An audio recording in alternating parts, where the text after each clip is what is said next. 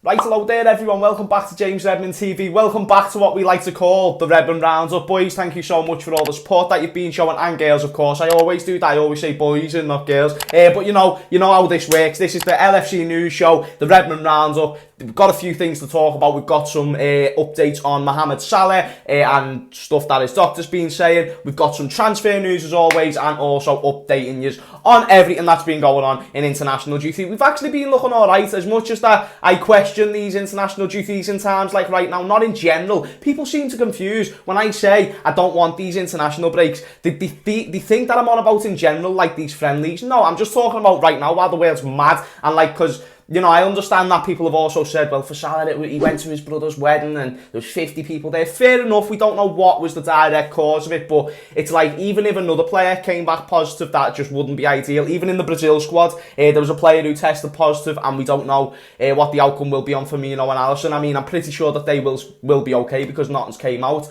But that's just an example that it might not always go your way.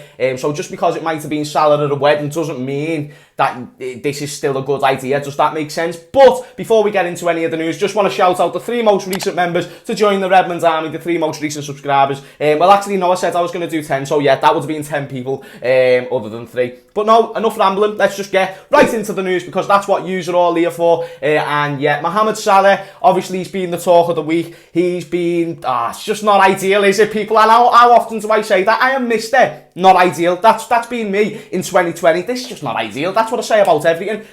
But now, with Mo Salah being out, it's really not ideal, because we've actually got a big game against a team called Leicester City, against our former manager, Brendan Rodgers, who we know likes to play attacking football. And, oh, by the way, they're top of the league, so we can do with all of the best players that we can get out of our squad, and it doesn't look like Salah will be making it back for the Leicester game. This is what his doctor said. He's basically just came out and said that Salah has got mild symptoms, but he will have to self-isolate in Egypt, and he will have to wait 7 days at least until a positive test returns, which again, like I said before, puts him in doubt for the Leicester game. Now, people are in raw. Some people are angry at Mo Salah because, like I said about before, about the wedding thing, and it's just like, people, it's his brother's wedding, shut your mouth. Do you know what I mean? Like, I understand the world that we live in right now isn't the greatest, but be all and end all is, mate, you only get a wedding once, you know, or a couple of times in your life. He's going to want to be there for his brother's wedding, mate, you know what I mean? And also with their religion, I don't know if they do get more than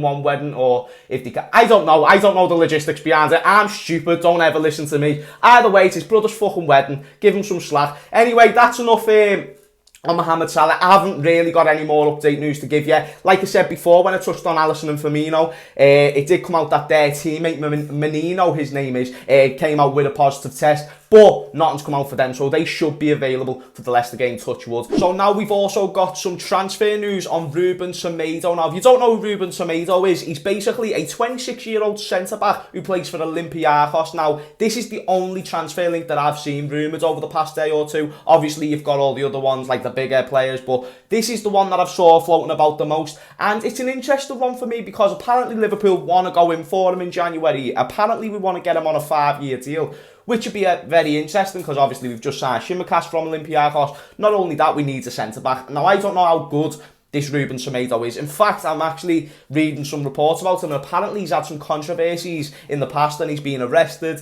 And apparently there's just some reports suggesting that it would be a bit of a shock that if Klopp went in for this player because of the past that he's had. But in my opinion, and my outlook is, we need a player who can come into this team and do a job. When it comes to football, and this is just my opinion, and people may disagree with this, if he's still eligible enough to play football for Olympiacos, then anything that he's done outside of football is quite irrelevant to what he's done on the pitch. Now, whatever he's done to get into prison, then that's for him to try and sort out. But on the pitch, we could do with him. And like I said, I haven't watched much of him. Do I want us to go out and get someone a little bit better? Of course I do. We need someone with proper quality. I'd love us, don't think it's going to happen, but would love us to go out and get an Alaba or an Upamecano. Someone with just a bit more experience, a bit more of a pedigree. And also, so I'm not saying I don't want this Ruben Semedo because of his experiences. Off the pitch, I haven't seen enough of him on the pitch. So let me know what you think in the comments down below. But moving into some international news now, Roberto Firmino, Curtis Jones and Takumi Minamino, our samurai, were all among the goals during Friday's round of international fixtures. Now obviously we had the Friday international fixtures and then we had yesterday's international fixtures because I missed yesterday's Redmond round. But there was also not much news to update, so don't worry, I weren't being lazy. There was just nothing really to talk about. But expect a few videos today. There's a live stream in a bit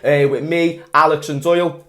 The Cock TV lads coming reuniting, and also later there'll be a comment show, so make sure you're on the channel for that. But anyway, Firmino's close range finish midway through the second half settled a World Cup qualifier against Venezuela 1-0 in Brazil's favour. Fantastic for Firmino there, mate. Someone who hasn't been getting the goals recently seems to be getting the goals for Brazil. I said this after the last international break about Bobby Firmino. I hope getting a goal, which he did last time, could maybe give him a little bit of confidence. He actually got a couple of assists as well. But it just seemed like once he got back into that Liverpool shirt, the confidence weren't quite there. And let's be honest, he just doesn't look himself on or off the ball, in my opinion. He tracks back a little bit too much, even sometimes when it's quite unnecessary. Not even the fact that tracking back's unnecessary, it's just the fact he goes a bit too far back sometimes. So when it gets to the counter-attack, which we do a lot, he's not really there and available. And you want that for the person who's supposed to play in the number 9 position. I know he's not exactly a number 9, but he's supposed to play there. But he's been more of a goal poacher recently. Another close range finish, good for him. Alisson Becker was an unused sub in that game as well. Curtis Jones, meanwhile, opens his account for England under-21s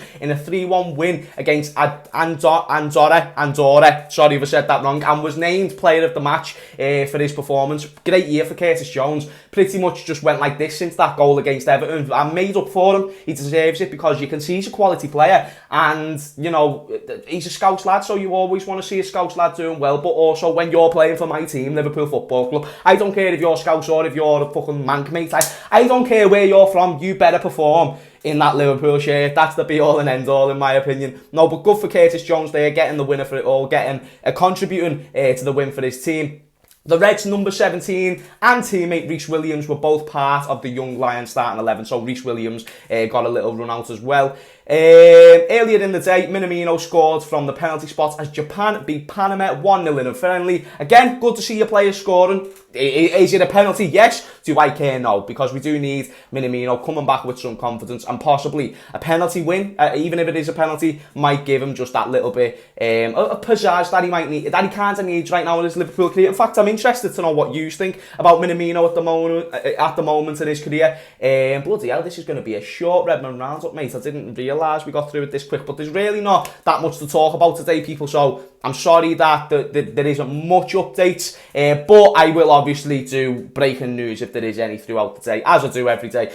But before we do round anything up, Xherdan Shaqiri and Diogo Jota, this was yesterday by the way, were both in UEFA Nations League action during Saturday's internationals. Shaqiri played 73 minutes of Switzerland's dramatic 1-1 draw with Spain in Basel, during which Sergio Ramos missed 2 penalties. Wow, I didn't even know that. Before the visitors snatched a late equaliser following a red card for Nico Elvedi. That will be interesting. I'm going to need to find the highlights for that game, mate. Ramos missing 2 penalties, you twat. Diogo Jota, meanwhile, came off the bench in the early stages of the second half of Portugal's 1-0 home defeat by France in Lisbon.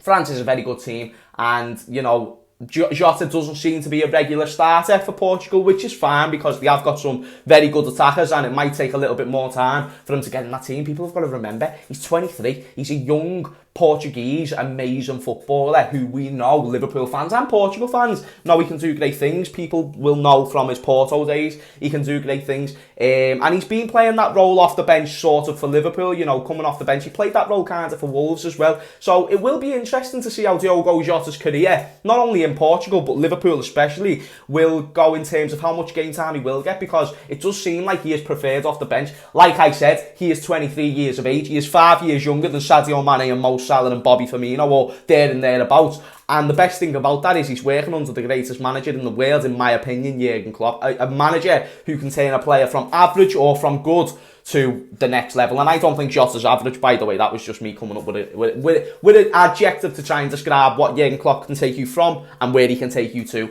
And that's what I think Diogo Jota can do. Obviously, people say he fades in and out of games. He's shown a little bit of that for Liverpool, but he's new and he's playing around better players and he's getting a better system. And I hope that, or I would think that Liverpool have more of a mentality search when it comes to signing their players. Diogo Jota must have shown something for us to go and want to buy him. That's my opinion. So I think the fact that he's not starting for Portugal shouldn't be too far looked into. In fact, I think you could possibly see him start in the next year or two. Ronaldo isn't getting any younger. Obviously, I know he's still got years left in the game. They've got a few other attackers, like I said before.